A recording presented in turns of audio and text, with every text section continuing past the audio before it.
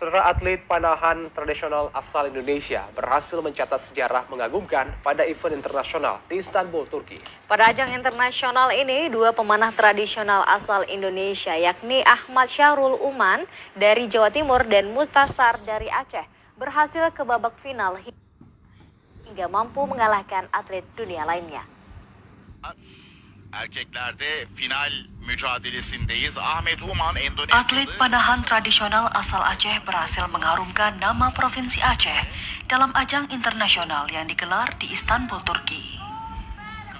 Dalam ajang dunia ini, atlet panahan tradisional Indonesia berhasil mencatat sejarah mengagumkan dengan melajunya Ahmad Syahrul Uman asal Jawa Timur dan Mutasar dari Provinsi Aceh ke babak final.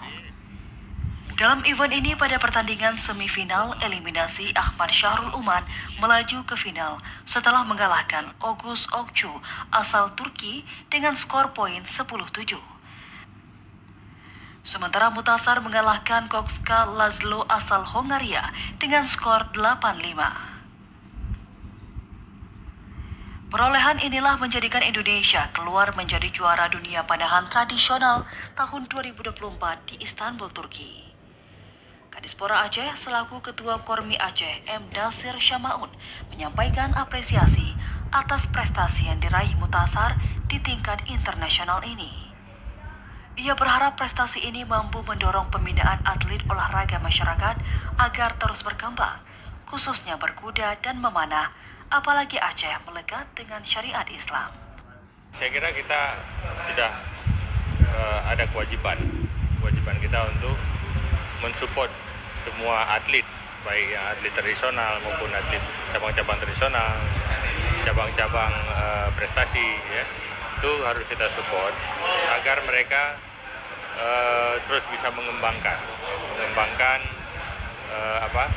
daya saingnya, mengembangkan kemampuan olahraganya, kemampuan prestasinya, sehingga ke depan terus meningkat. Tidak hanya satu, karena begitu ada satu yang kita apresiasi, akan ada dua, akan ada tiga, dan akan ada seterusnya.